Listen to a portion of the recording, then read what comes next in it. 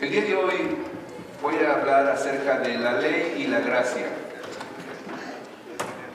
Me ha dado por dibujar en esas últimas semanas. Aquí tienen uno de mis dibujos. Son malísimos, ya sé, no me critiquen, no los voy a vender, no se preocupen. Sí. Pero si alguien se lo quiere llevar, se lo puede llevar, porque no es la gran cosa.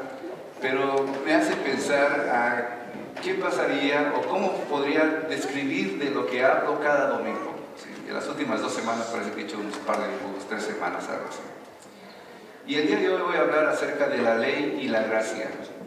Por los últimos 2 meses estuve hablando de los 10 mandamientos. Y cuando escuchamos los 10 mandamientos, pareciera que esta iglesia es una iglesia que habla de la ley. La ley tiene que ser la importancia de salvarse la ley. Aunque se tiene que practicar la ley. Hablé en los últimos 2 meses que los 2 mandamientos más importantes, el mandamiento más importante cuando le preguntan a Jesús es: amarás al Señor tu Dios sobre todas las cosas, con todo tu corazón, con toda tu alma, con todas tus fuerzas. Y los 10 mandamientos, en los primeros 4 mandamientos se describe cómo se debe amar a Dios. No tendrás dioses ajenos delante de mí, no te harás imagen, ídolos, ni ninguna semejanza de cosa que sea arriba en el cielo, ni abajo en la tierra, ni en las aguas debajo de la tierra. No te inclinarás a ellas, ni las honrarás, porque yo soy Jehová tu Dios, fuerte, celoso, que visito la maldad de los padres sobre los hijos hasta la 3ª y 4ª generación de los que me aborrecen. Pero después dice: y hago misericordia a millares de los que me aman y guardan mis mandamientos. Y después dice: no tomarás el nombre del Señor tu Dios en vano.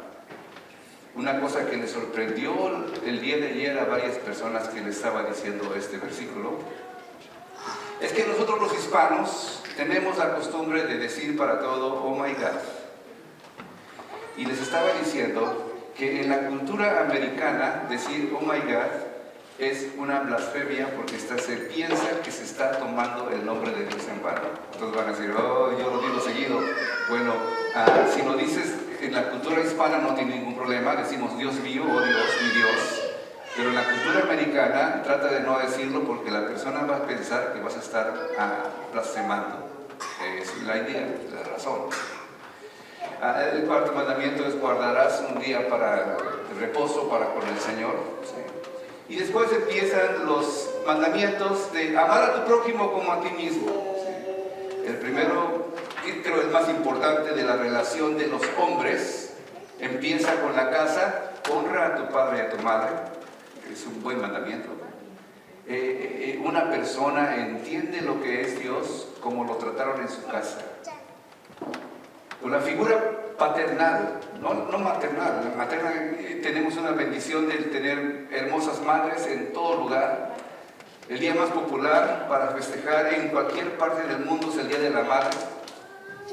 Y el Día del Padre ocupa como el lugar 22. Les dije la última vez que no es muy popular, ¿sí? Antes está la Navidad, bueno, obviamente la Navidad y la Easter, o Pascua, y hasta las mascotas, más importante que los padres. El Día del Árbol es más importante que los padres, tristemente, ¿sí? Se celebra el Día del Padre y todo vacío, casi nadie llega, con uno que otro nomás por ahí. No tenemos buena fama.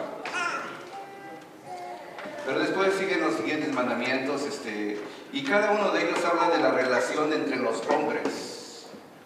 Y el último habla de la relación del corazón de los hombres. No codiciarás, el deseado mandamiento.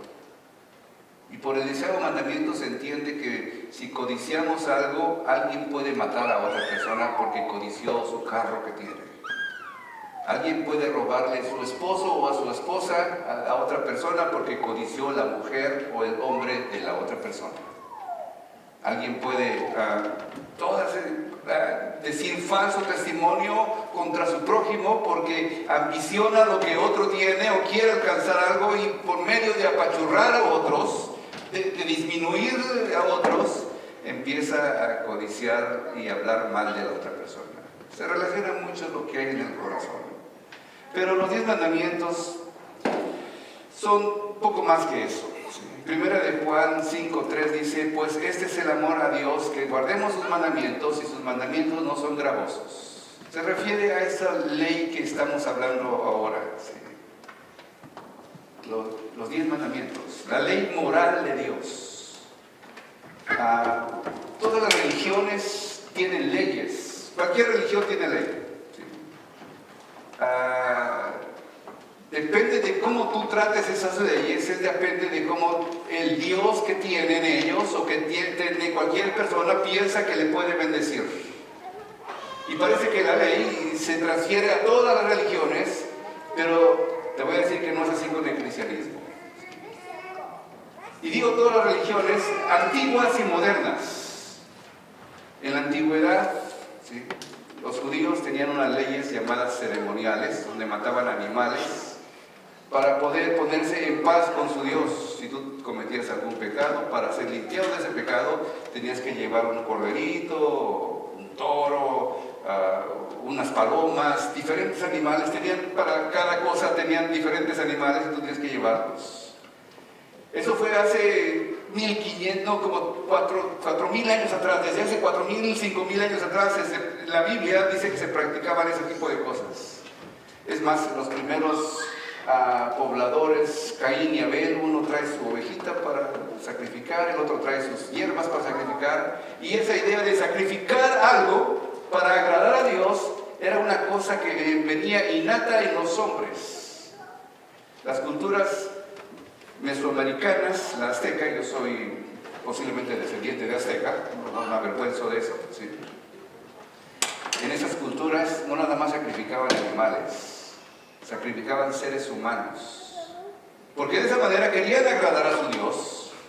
Había algunas guerras, según la historia de México, en donde solamente peleaban, no por territorio, no por riqueza, no por fama, peleaban para agarrar prisioneros del otro lado, traerlos a su pueblo y sacrificar al prisionero o a la prisionera. Los romanos y los griegos no eran muy diferentes tampoco.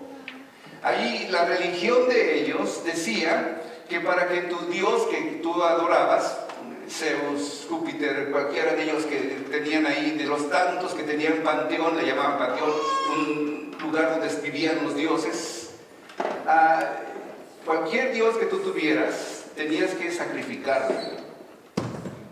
Y no la bendición no llegaba delante de ti porque te portaras muy bien. La bendición llegaba delante de ti si tú hacías sacrificios. Y llega el cristianismo a la historia y deja de sacrificar animales y deja de tratar de o imponer la ley a los hombres. ¿Y cuál es entonces esa diferencia entre la ley moral, la ley de los 10 mandamientos, que es una ley que debemos de cumplir, aunque sea de la religión que tengas, que debes de cumplir para que haya paz en la tierra, para que haya paz entre los hombres, para que haya paz entre las comunidades? Esa se llama la ley moral, 10 mandamientos. Pero había otra ley llamada la ley ceremonial. Y la ley ceremonial se dirigía exclusivamente a los animales que se tenían que sacrificar, cómo sacrificarlos, cuáles eran animales limpios, cuáles eran impuros, y cómo se debían vestir los sacerdotes, cómo tenías tú que guardar unas fiestas determinadas y cada una de esas ideas estaba en el Antiguo Testamento para hacer que la ley ceremonial tuviera un sentido de lo que podían lograr. Todo tenía también un sentido futuro de lo que iban a lograr. Por ejemplo, una de las cosas que decían es que no podían traer pan con levadura. Y después en el Nuevo Testamento dice Pablo que la levadura es el pecado y que no debemos involucrar pecado a nuestras vidas, porque un poco de levadura afecta toda la masa. Y eso lo aprendió hace poco mi hijo Andrés, está por aquí, no lo voy a avergonzar, pero trabaja en una pizzería. ¿Sí? Le dijeron, tira esta levadura, y la tiró, pero no se lavó las manos, pero por ahí puso sus manos, parece que en el carro de mi mujer, y estaba todo apestoso. Por como 3 semanas estuvo apestoso ese carro. Apenas ayer me parece que mi mujer fue ya desesperada a que le lavaran el carro porque olía horrible. ¿Sí? De veras, nada más abrías la puerta y lo experimenté, abrimos la puerta y mis sobrinos que estaban enfrente del carro, como unos 3 pasos más para allá, empezaron a decir, ¡oh, bueno, feo! Y se tuvieron que ir de ahí porque olía horrible del carro. ¿Sí? Un poco de levadura afecta a toda la masa. Y la levadura, según eso, es el pecado. ¿Sí? Entonces, ¿cuál es la diferencia entre la ley moral y la ley ceremonial? Porque también hay otra ley llamada ceremonial. Bueno, esa es la ley ceremonial. La ley ceremonial, ¿sí?, habla entonces principalmente el libro de Levítico. Establece las diferencias entre los sacrificios, los servicios del santuario, su cuidado, la atención, las fiestas, las tareas de los sacerdotes. Incluyen los muebles, las vestiduras, todo lo relacionado al santuario y a la situación de cómo debían hacer las cosas. ¿No? Una de las cosas interesantes de Levítico dice, por ejemplo, unos versículos que son interesantes porque si los aplicáramos a nuestros días sería difícil de poder vivir en esa tierra. ¿Sí? No aparecen dos clases diferentes de animales. Levítico 19. ¿Sí? En cierta manera diciendo, no los mezcles. No siembres dos tipos de diferentes semillas en el campo, tampoco los mezcles. No uses ropa hecha de dos tipos diferentes de telas. Y ahí, si te das cuenta de tu sticker, de tu ropa que tienes, posiblemente diga 50% de esto y 50% del otro, o 80 y 70, o 70 y 30, qué sé yo, tanta combinación de ropa. Pero la idea principal de esos pensamientos es no mezcles, no te mezcles. No comas animales, por ejemplo, que tengan aletas ni escamas y no comas animales con pezuñas partidas. Se hablaba de la salud, hablaba de los cortes de pelo. Dice, no te cortes el pelo de las sienes. Yo no obedezco esa ley, como se dan cuenta. Sí. No te cortes la barba. Tampoco obedezco esa ley, tengo un poquito aunque sea, pero si no debería estar hasta por acá porque es lo que dice la Biblia. De alguna manera estaba diciendo, no te compares con los demás. ¿Podrían ellos rasurarse como hicieron los egipcios? Los egipcios eran una sociedad de sacerdotes pelones. No sé si los has visto por ahí en algunos dibujos. Y Dios les estaba diciendo, no te compares con ellos ni seas como ellos. Una de las cosas interesantes que estuve estudiando acerca de este tema es que uno de los hombres que peleó, que se rebeló contra Aarón, ¿sí?, este hombre, su nombre tenía un sentido de persona rapada. Entonces parece ser que cuando él trató de ofrecer fuego extraño, el fuego extraño era mediante posiblemente la religión que los judíos, los egipcios tenían y no los cristianos tenían, de la manera que lo estaban haciendo. Entonces, ¿qué es la ley? La ley es un conjunto de normas y reglas. Describen lo que es correcto e incorrecto en una sociedad. En el contexto religioso, la ley se refiere a los mandamientos y enseñanzas que se encuentran en la Biblia. Esas leyes tienen el propósito de guiar a las personas hacia una vida justa y moral. Si se siguen, se espera que las personas vivan una vida plena y satisfactoria. Si se desobedecen, puede haber consecuencias negativas a la vida terrenal y a la vida después de la muerte. Pero repito, la ley no salva a nadie. En ninguna parte habla que la ley te va a salvar. La ley nos pone límites y nos desafía a cumplirla. Aunque las leyes a veces son interesantes porque casi nos motivan a romperla, ¿sí?, de veras. Había un hotel, Florida, al lado del mar, y por ahí parece que a una persona se le ocurrió sacar su caña de pescar desde su balcón y empezó a pescar, ¿sí? El dueño del hotel no le gustó eso y puso un letrero: se prohíbe pescar desde el balcón. Y eso hizo que todos los demás vecinos de ahí quisieran pescar también. Entonces se pusieron a pescar todos, trataban de que se descuidara el empleado para salir con su caña y pescar desde su balcón, desde ese hotel. ¿Sí? ¿Qué hicieron? Simplemente quitaron el letrero y a todos dejaron de pescar porque ya no había nada que cumplir. Me parece extraño que a veces las reglas nos interesa o nos gusta romperlas. Pero ¿qué puede decir de esto? ¿Sí? Esto incluye todo, desde el asesinato hasta la restitución, leyes judiciales, civiles, políticas. Había otro tipo de leyes. Y los judíos no veían diferencia entre la moralidad ordenada por Dios y sus responsabilidades. Pero ahora vamos, ¿qué es la gracia? Porque no estamos bajo la ley. He dicho que la ley no salva, he dicho que la ley es importante, pero no es la esencia del cristianismo. Entonces, ¿qué es la esencia del cristianismo? La gracia entonces es un concepto fundamental del cristianismo que se refiere al amor incondicional y a la misericordia de Dios. Dios tiene amor incondicional y misericordia hacia nosotros los seres humanos. La gracia es un regalo divino que se otorga a aquellos que creen en Dios y aceptan su amor y perdón. Eso se llama fe. La gracia también se relaciona con la salvación, ya que a través de ella se obtiene el perdón de los pecados y la vida después eterna en el cielo. ¿Sí? Déjame te muestro un dibujito. ¿Sí? Tenemos aquí en la iglesia una propaganda que le damos a la gente cuando queremos evangelizarles, que de un lado dice que quién es la iglesia, qué creemos, quiénes somos nosotros, algunas actividades, y por el lado de adentro, ¿sí?, está esa página que te estoy mostrando aquí en la pantalla, que queremos que todos sepan. ¿Qué queremos que todos sepan? Aquí de alguna manera se concentra la gracia de Dios. ¿Cómo podemos entender la gracia de Dios? Bueno, ¿qué quiere que Dios sepas? Dios quiere que tú sepas que Dios creó todo, el cielo y la tierra. 5 cosas. Número 2, que el hombre no obedeció la única prohibición que le dio Dios al hombre y obedeció a la serpiente que simboliza a Satanás. Fue expulsado del paraíso. Que la consecuencia del pecado, número 3, espiritual, es separarse de Dios física.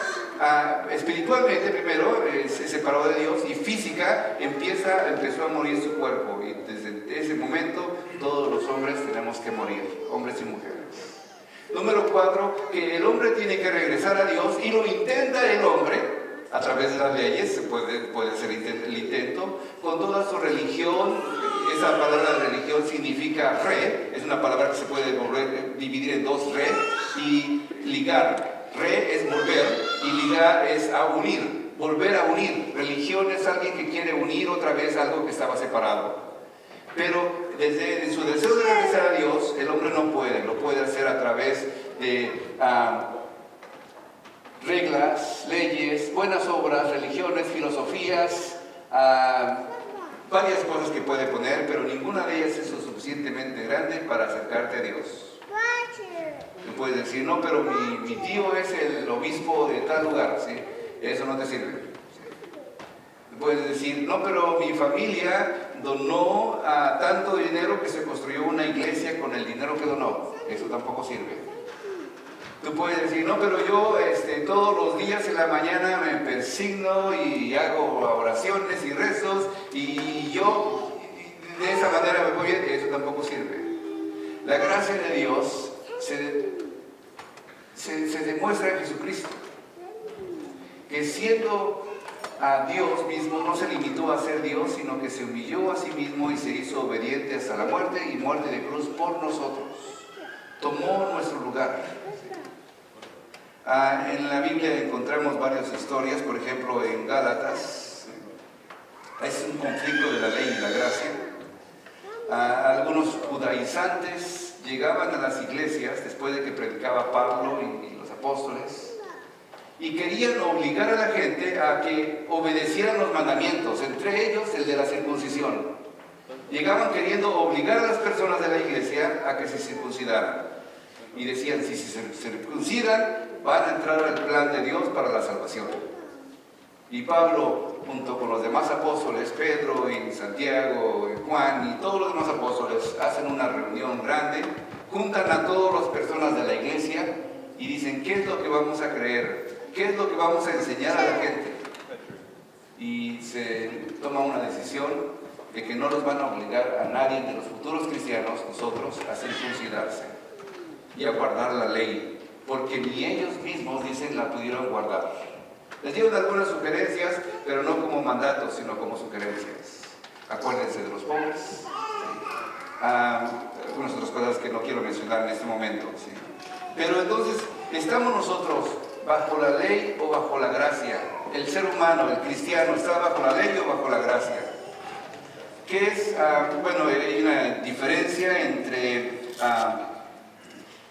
estar dentro de la ley o utilizarlo como un legalismo. La herejía de los Gálatas es pensar que Dios aún no ordenaba obedecer sus leyes como medio de salvación. La diferencia entre estos conceptos puede ilustrarse a través de la manera que los padres físicos imponen las reglas a las personas. ¿Cómo lo puedo explicar? ¿De qué manera lo puedo explicar? Legalista es un padre que le dice a su hijo: si obedeces la ley, te voy a amar. Si no obedeces la ley, te voy a odiar. Ahora, no obedeciste, ¿sí? Quédate aquí, no te quiero. O si obedeciste, ok, ven para acá, aquí te trato bien. Eso es legalismo. Si yo hago una cosa bien, yo espero que Dios me trate bien. Pero ¿qué es la gracia entonces? La gracia es un padre que ama a sus hijos y que le dice a su hijo: a pesar de que tú puedas fallar, a pesar de que puedas hacer las cosas bien, no importa cómo seas, yo te voy a amar. Pero yo espero que te portes bien. Espero que te portes bien, pero si te portas mal, yo te voy a amar. Y eso es gracia. Gracia es un regalo inmerecido. Vivimos bajo la gracia y nos conviene vivir bajo la gracia, y tenemos que vivir bajo la gracia, porque sin la gracia de Dios no hay salvación. Si alguien comete alguna falta, ¿sí?, y vive bajo el legalismo de que tengo que portarme bien, para empezar, nadie se puede portar bien. Pero pastor, ¿usted dice eso? Yo digo eso. Oye, el pastor, no hay un ser perfecto delante de Dios. No hay alguien que diga: yo no he fallado delante de Dios. Y la gracia es depender de que aunque yo he fallado, aunque mis pensamientos a veces me traicionan, aunque mis palabras a veces pueden herir a alguna persona, yo puedo ir a la persona y arrepentirme y depender de la gracia de Dios. ¿Qué es eso entonces? Son dos conceptos que parecen opuestos, pero en realidad están íntimamente relacionados. Por un lado, la ley puede ser vista como una forma de infundir y medir nuestra capacidad de seguir las normas, ¿sí?, y reglas. Por otro lado, la gracia nos ofrece una alternativa a la perfección, permitiéndonos recibir el perdón y la salvación sin necesidad de afanarnos por cumplir todas estas leyes. La Biblia dice en Romanos capítulo 6, versículo 14, así, el pecado no tendrá dominio sobre ustedes, porque ya no están bajo la ley, sino bajo la gracia. Que el cristiano ya no está bajo la ley, sino bajo la gracia. Otra vez lo repito. El cristiano ya no está bajo la ley, sino bajo la gracia. Versículo más. Gálatas 2:16. Sabiendo que el hombre no se justifica por las obras, sino por la fe en Jesucristo. Nosotros también hemos creído en Jesucristo para que fuésemos justificados por la fe en Cristo y no por las obras de la ley. Por cuanto a las obras de la ley, ninguna carne será justificada. ¿Sí? Unos pensamientos más, Gálatas 3:10. Porque todos los que dependen de las obras de la ley están bajo maldición. Pues escrito está: maldito todo aquel que permanece en todas las cosas escritas en la ley para hacerlas. Y que por la ley ninguno se justifica para con Dios. Es evidente, porque el justo por la fe vivirá. Y la ley no es de fe, sino que dice: el que ciertas cosas vivirá por ellas. Cristo nos redimió de la maldición de la ley, hecha por nosotros maldición, porque escrito está: maldito el que es colgado en un madero. Y quiero hablarles de cómo se puede aplicar entonces, cómo se puede aplicar la ley y la gracia. Hay una historia de un hombre llamado Saleuco de Locris, en el siglo VII antes de Cristo. Era un hombre bien estricto con él mismo. Imponía leyes para que la gente tuviera miedo y se portara bien. Esto no está en la Biblia, no lo vayan a buscar en qué libro está Saleuco ni nada, ¿okay? No lo vayan a buscar ahí. ¿Sí? Y él puso una ley interesante. La ley decía que si alguien cometía adulterio o robaba algo, tenían que sacarle ambos ojos. Eso puso él como una ley. ¿Todo iba bien? condenaba a la gente por cometer adulterio y por robar, hasta que le trajeron a su hijo. Y le dijeron, lo encontramos, y hay historias diferentes, uno dice lo encontramos adulterando, y otro dice lo encontramos robando. Pero lo trajeron delante del papá el juez Seleuco. ¿Qué hacemos con él? Todos viendo, esperando, ¿qué va a decir el papá? Seleuco era estricto y dijo, vamos a sacarle un ojo nada más. El otro ojo me lo van a sacar a mí. Porque él cometió el error, pero yo no lo pude educar bien. Mi culpa también tiene que ver aquí. Se sacó un ojo y ahí tienen una fotografía de él. Donde quiera que encuentres a ese hombre Seleuco, le falta un ojo. ¿Sí? Y el otro se lo sacaron a su hijo. Fíjate que Jesucristo hizo lo mismo por nosotros. Estábamos en un momento donde nuestra vida, nuestros pecados, merecíamos condenación por lo que hemos hecho hasta el día de hoy. Pero Jesucristo dio su vida para que nosotros pudiéramos ser salvos. Para que los pecados que hemos cometido no tuvieran que tener repercusión en nuestra vida futura de la vida eterna. Tú dices, yo no creo suficiente. Bueno, tienes la gracia de Dios para que Dios pueda encaminar en ese camino de Dios. Una forma también de cómo entender este mensaje de la gracia. Juan capítulo 8. Le traen a una mujer, ese es mi dibujo, ¿sí? Le traen a una mujer y le dicen a Jesús, hasta era de mañana, por cierto, quieren saber cómo la encontraron de la mañana, pero dice, Jesús, los fariseos, los enemigos de Cristo, lo que querían hacerlo temblar. Encontramos a esta mujer en el mismo acto del adulterio. ¿Cómo los encontraron? Bien saben, ¿sí? Pero trajeron a la mujer. ¿Qué hacemos con ella? Aquí entra la circunstancia de la ley. Acuérdate de la ley, Dios. El Antiguo Testamento, Jesucristo, acuérdate de que en el Antiguo Testamento Moisés dijo que debíamos apedrear a los adúlteros y a los fornicarios. Teníamos que apedrearlos. ¿Qué hacemos con ella? ¿Sí? O sea, tenía la opción Jesucristo de decir, debe ser apedreada. ¿Sí? Así dice la ley. ¿Sí? Pero para empezar, en ese tiempo nadie cumplía la ley. Nadie era apedreado por ser adúltero. Aunque hubiera sido encontrado en el mismo acto del adulterio como estaban mencionando. ¿Sí? Además, tendrían problemas con los romanos. Si hubiera dicho, vamos a apedrearla, los romanos tenían la ley de que nadie podía matar sin autorización de los romanos. Por eso trajeron a Jesucristo ante Pilato para que les diera autorización para matar a Jesucristo. No porque ellos, si hubieran podido, lo hubieran matado ahí mismo, a pedradas, como tenían la costumbre.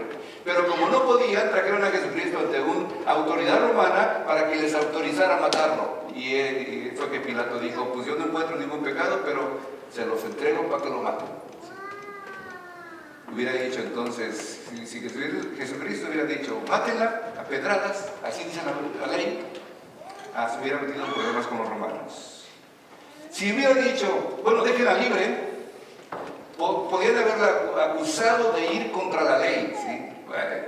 Dios dio por Moisés la ley y tú dices que no se debe practicar. Entonces ahora tiene que irse libre todo aquel que cometa pecado. Ese es tu mensaje, que todos pueden pecar entonces sin ningún problema, sin ninguna consecuencia. ¿Qué clase de Mesías podías ser tú si ibas en contra de la ley de Moisés según la idea de los fariseos? Aunque también podía Jesucristo, una tercera opción, ser severo, ¿sí?, con sus palabras y maldecir a la mujer diciéndole, pues vas a morir y tus hijos se van a morir y te va a caer enfermedades, y maldecirla. Pero ¿qué clase de mensaje hubiera dado el Mesías para la gente que estaba escuchando el mensaje de Jesucristo y estaba poniendo atención? ¿Sí? Tenían unas circunstancias difíciles. Además, una de las preguntas que nos hacemos también, los que estudiamos la Biblia, es, ¿estaba la mujer ahí siendo acusada por los fariseos? Y la pregunta que todas las mujeres hacen es, ¿y dónde estaba el hombre? ¿Quién sabe? A lo mejor los encontraban en ese problema, el hombre se levantó corriendo, se echó a correr y no lo alcanzaron, pues es hombre, ¿no? Una mujer alcanza más rápido que un hombre, ¿sí? ¿Qué sé yo? El hombre lo perdonaron, era importante el hombre, quién sabe qué pasó, pero el hombre no estaba ahí, ¿sí? Y como insistían en preguntarle, ¿qué debemos hacer con esta mujer? Dice en la Biblia, Jesús se inclina en el suelo y no les contesta nada, se queda en silencio y empieza a escribir en el piso. ¿Qué escribió? Esa es la pregunta del millón, porque nadie puede saber exactamente qué escribió. Algunos piensan que a lo mejor escribió los mandamientos: honra a tu padre y a tu madre, no cometerás adulterio, no dirás falso testimonio contra tu prójimo, no dirás mentiras, las palabras es lo mismo, no codiciarás. No sé si empezó a decir eso, una cita bíblica, un salmo. Sí. Y después se levanta y le dice, como insistían tanto, le dice: a quien esté libre de pecado, que arroje la primera piedra. ¿Quién de nosotros está libre de pecado? ¿Quién de nosotros, decimos en México, no tiene cola que le pisen? ¿Quién de nosotros no hemos fallado delante de Dios en algún momento? ¿Quién de nosotros no ha pasado por dificultades y hemos hecho lo incorrecto? Jesucristo en ese momento estaba recordando a sus acusadores que ellos no tenían el poder para condenarla. Quien esté libre de pecado, que le arroje la primera piedra. Somos fáciles para señalar, pero dicen por ahí que cuando tú señalas con un dedo y 3 dedos te señalan aquí. 3 veces más de lo que hemos hecho. Les recordaba también que sus vidas no habían sido tan puras. Gente que está tratando de acusar, tu vida no ha sido muy pura. Y lo que ellos deseaban no era limpiar la pureza de Dios, sino estaban ensuciadas por esa mujer, sino que estaban tratando de sacar su avaricia, su corazón, su manera de malicia, de hacer mal a alguien. ¿Sí? Eso lo veo continuamente. En México, de vez en cuando, estoy viendo continuamente las noticias, y en la noticia sale a tal ladrón que trató de asaltar un transporte público, le quitaron la pistola a los pasajeros y entre todos salen las escenas pateándolo. ¿Por qué? Y hasta las mujeres también dándole con el bolso, porque están enojadas, sacando toda la malicia que uno tiene en su corazón. Cuando alguien usa cosa de la malicia que hay en el corazón de los hombres, puede atropellar a cualquier persona. Y no nos damos cuenta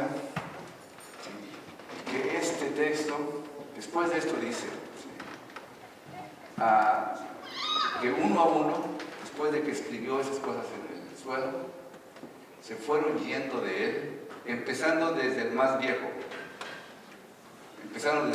Yo soy de los más viejos aquí, entonces no voy a hablar de los de mi edad mal, pero somos los más pecadores de todos.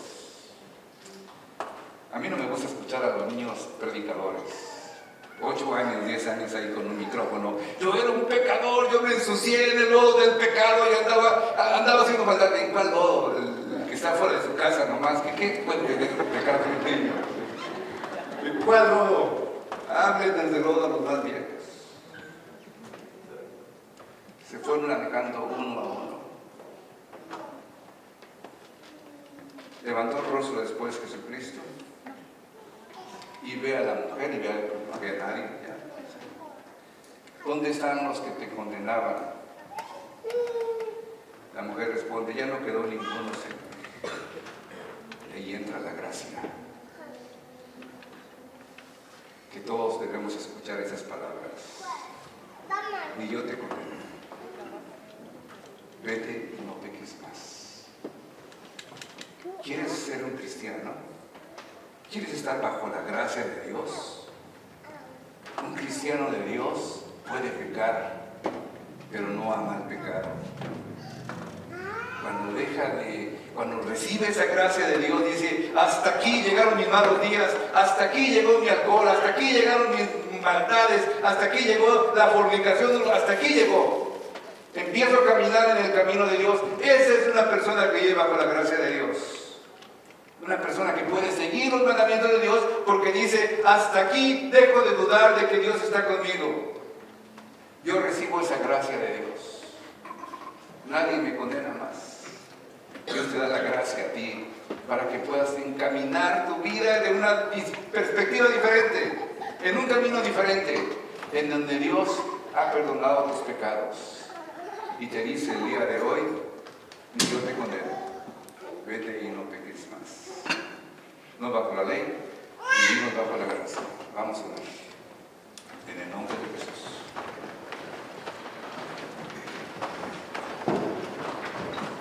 Gracias, Señor, por recordarnos que vivimos bajo la gracia. Que sí, posiblemente el hombre encontró en nosotros errores y nos acusaron en algún momento, con justa razón. Y que hemos fallado aquí y allá y en tantos lados. Pero, Señor, en este momento recibimos una vez más las palabras de bendición, de decirnos que podemos caminar otra vez con la frente en alto. Y solamente nos dices, Señor, que no nos condenas. Vivimos bajo la gracia. Esa es la gracia de Dios. Que tú ya moriste en la cruz por nuestros pecados y esos pecados que habíamos cometido han sido borrados, lanzados al fondo de la mar, donde no va a poder ser encontradas por nadie. Ya no vamos a tomar en cuenta esos pecados. Pero ahora nos pides no regresar a lo mismo. Permítenos alejarnos del pecado cada día de nuestra vida, empezando por el día de hoy. Que tu palabra llene nuestros corazones para seguir adelante y vivamos en la gracia de Dios. En el nombre de Cristo Jesús. Amén.